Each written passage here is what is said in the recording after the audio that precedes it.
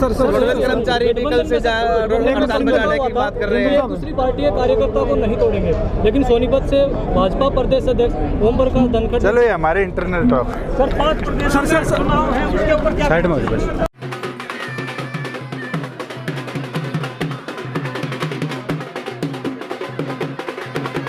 श्री कृष्ण वासुदेव गौशाला मुडलाना में बुधवार को गौशाला का वार्षिक उत्सव मनाया गया। इस वार्षिक उत्सव में डिप्टी सीएम दुष्यंत चौटाला मुख्य अतिथि के रूप में पहुंचे।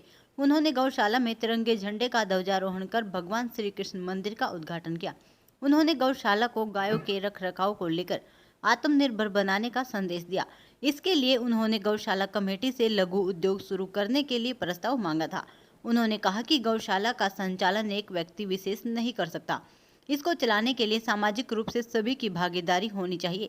उन्होंने कहा कि आज गौशालाओं को अपना खर्च चलाने के लिए आत्मनिर्भर बनने की जरूरत है। प्रदेश में कई गौशालाएं ऐसी हैं जो दूध और उससे जुड़े उत्पाद तैयार करके अपना खर्च चला रही है। गौशालाओं में लघु उद्योग यूनिट शुरू करने के लिए भी सरकार भरपूर सहयोग दे रही है। उन्होंने गौशाला कमेटी को गौशाला में लघु उद्योग शुरू करने के लिए प्रस्ताव मांगा। इसके साथ ही उन्होंने गौशाला में बायोगैस प्लांट लगाकर गांव में गैस की सप्लाई देने पर जोर दिया। इससे गौशाला की आमदनी बढ़ेगी। करता हूं कि इस पावन अवसर पर जो हर साल इसी तरीके से 36 बिरादरी और खास तौर पर भाईचारा एक होकर गौ सेवा में जो अपना योगदान देता है, इसके लिए मैं सारी कमेटी को, सारे ग्रामवासियों को बधाई देता हूँ, आभार प्रकट करता हूँ। और खास तौर पर आभार प्रकट करता हूँ शास्त्री जी जैसे लोगों का, जिनने इस गौशाला में अब तक लगभग 14-15 लाख रुपया, आज भी 14 लाख रुपया आपकी गौशाला में दान देने का काम। उन दानवीरों का भी जो निरंतर कई वर्षों से आपके बीच में आ रहे हैं और बीच में आकर इस गौशाला को सुचारू रूप से कैसे चलाया जाए, गौ माता की कैसे सेवा करी जाए, उसमें अपना योगदान देते रहे। बुजुर्ग युवा साथियों, 7-8 साल तो हमें हो गए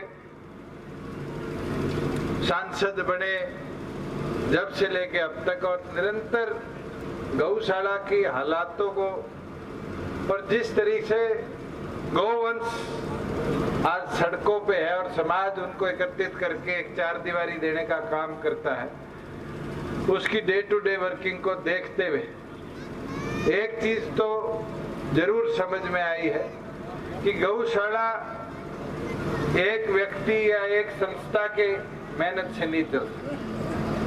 चाहे वो संस्था सरकार हो, चाहे गौशाला की कमेटी हो, गौशाला का सुचारूपन जब भी बरकरार रह सकता है जब सामाजिक तौर पे हम सब का उसके अंदर योगदान है।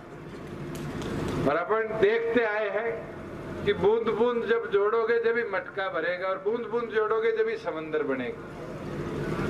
और ये भी वो इंस्टीट्यूशन है जहां हम सब के योगदान से, जैसे डॉक्टर साहब कह रहे थे कि मैं 55,000 रुपया हर साल देता हूं, वही दूसरी ओर 1 लाख रुपए निरंतर दिल्ली से आकर हमारे बीच में दिए जाते हैं। ऐसे ऐसे बहुत समाज सेवी हैं और एक नहीं कई गौशाला है निरंतर उनके अंदर योगदान देते रहे। और कोई कमरा बनाता है, कोई शेड के लिए दे देता है, कोई बोरवेल के लिए दे देता है, कोई 4 दीवारी में योगदान दे देता है। और आज उसका नतीजा है कि सैकड़ों गौशाला पूरे प्रदेश में बनी। पर एक चीज जरूर कहना चाहूंगा, इसके साथ साथ कई ऐसी चीजें हमें गौशालाओं के अंदर लानी पड़ेगी जिससे गौशाला का खुद का भी अपना खर्चा जो है वो अपने आप निपटे।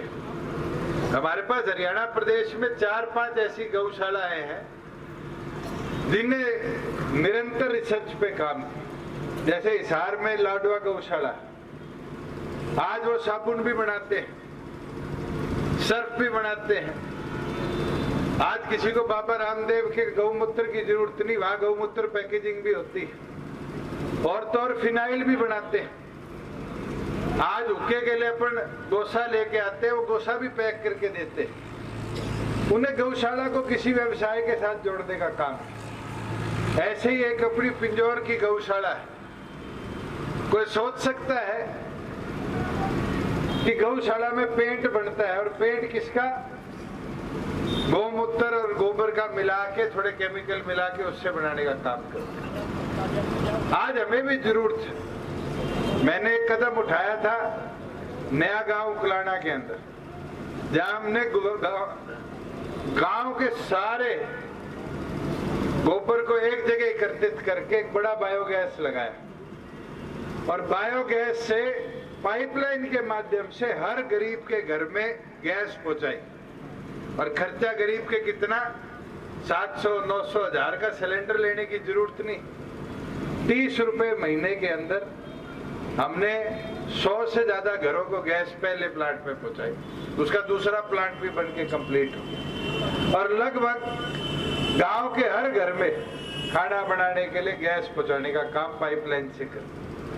अभी हमने दूसरा शुरू किया सुलर गांव, वहां की गौशाला ने जमीन दी और सरकार ने 1.5 करोड़ की लागत से वहां पर बायोगैस का बड़ा प्लांट लगवाने का काम शुरू कर रखा है। अभी पीछे मैं उचाना गया, और उचाना गांव बहुत बड़ा है, आबादी बहुत है और पशु बहुत है, और वहां भी लगभग 2 करोड़ की लागत से अब हम बड़ा गोबर गैस प्लांट लगा रहे हैं, जिसमें केवल मात्र गोबर गैस ही नहीं, हर घर तक पाइपलाइन भी लगेगी और गांव के हर घर में गैस पहुंचाने का भी काम। और अगर आपकी सहमति है तो 2 लगे, 2.5 करोड़ लगे, आपकी गौशाला के अंदर भी मैं चाहूंगा कि बड़ा एक बायोगैस प्लांट हम लगवाए, जिससे मुलाना गांव मॉडल गांव बने, जिसको लोग देखने आए। और साथ में मैं एक कमेटी भी आपकी चाहूंगा, प्रधान जी से आग्रह करूंगा कि 4-5 लोग मिलकर, जो हमारी 7-8 अच्छी गौशाला है जिन्हें मॉडल बना रखे हैं अपने अपने, उसको देख के आए। और अगर आपको छोटा लघु उद्योग अपनी गौशाला में भी बनाना है, उसके कोई 5 लाख लगे, 10 लाख लगे, मेरे से लो, आप शुरू करो कि आपकी गौशाला के 5 रुपए आने वाले समय में ऑटोमेटिक जनरेशन इनकम हो जाए। और ये मुमकिन जब भी होगा जब हम दूसरी गौशालाओं का मॉडल देखकर उसको अपनाएंगे और अच्छी चीजों को अपने यहाँ गांव में लाकर। आपके जमीन की तो कोई कमी नहीं, उतरते बोलने लगे, कहते जी हमारे पास तो पशु भी कितने 5000 है, 4000, तो ना तो पशुओं की कमी और जमीन भी बताई भी 70-80 किले से ऊपर है। तो आपके पास तो दोनों चीजें भरमार में, मगर अब जो बनाने की जरूरत है वो इंफ्रास्ट्रक्चर बनाने की जरूरत है।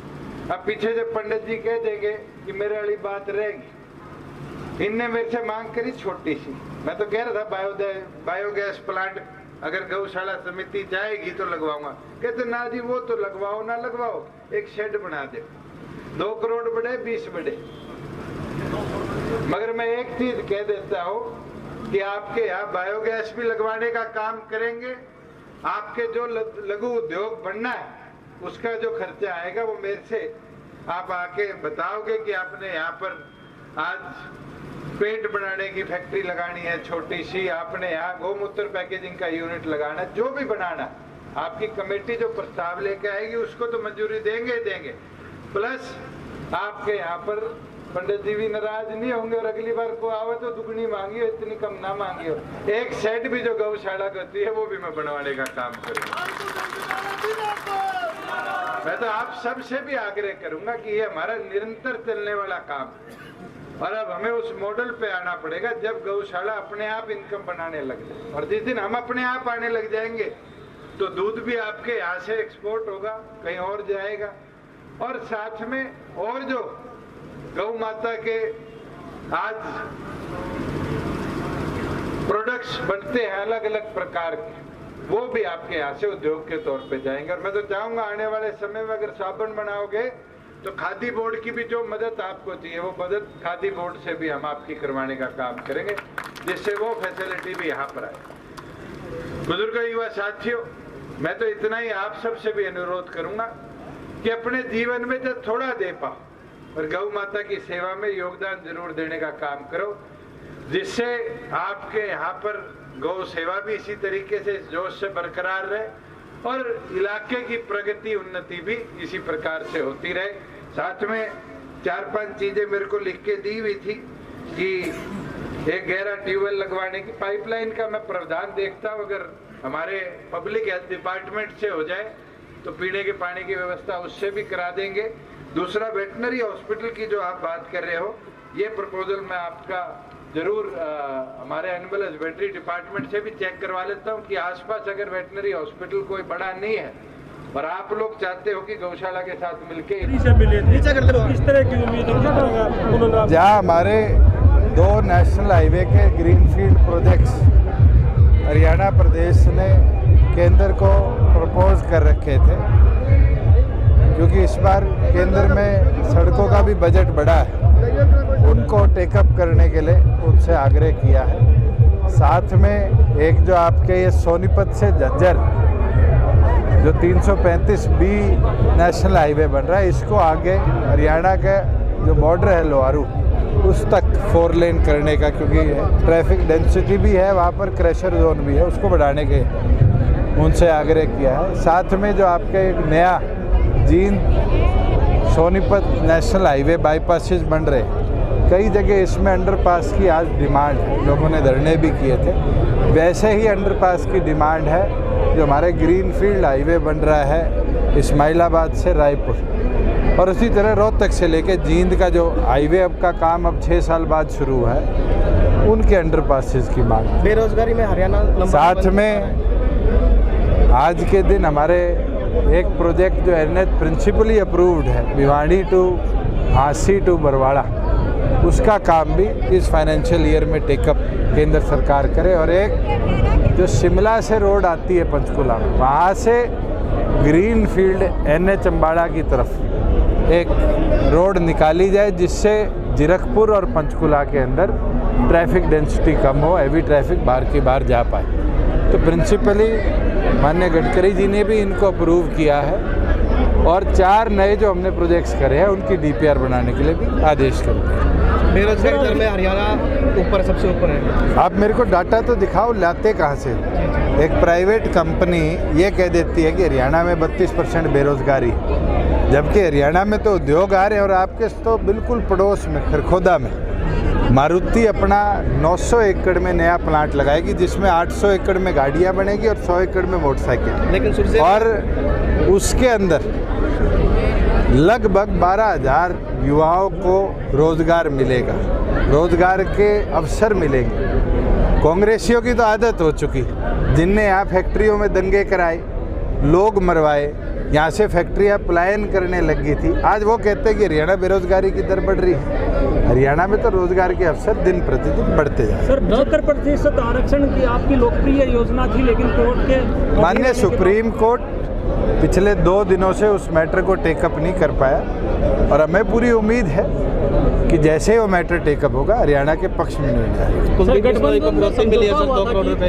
पुलिस अपनी कार्रवाई कर रही है, और किसी नागरिक को भी मिलती है तो भी हम गंभीर हैं। वो तो एक सिटिंग MLA हैं, और हमारी जिम्मेवारी बनती है जल्द से जल्द उसकी तहकीकात करें। सिटी में आंगनवाड़ी आशा वर्कर जो है वो प्रोटेस्ट कर रही है। ऑलरेडी चीफ मिनिस्टर से मिल भी चुके, और बहुत सी उनकी मांगे मान ली गई थी, और कोई पेंडिंग है तो वो WCD मिनिस्टर से मिल। कर्मचारी हड़ताल बजाने की बात कर रहे हैं। दूसरी पार्टी के कार्यकर्ताओं को नहीं तोड़ेंगे, लेकिन सोनीपत से भाजपा प्रदेश अध्यक्ष ओम प्रकाश धनखड़। चलो, ये हमारे इंटरनल टॉक।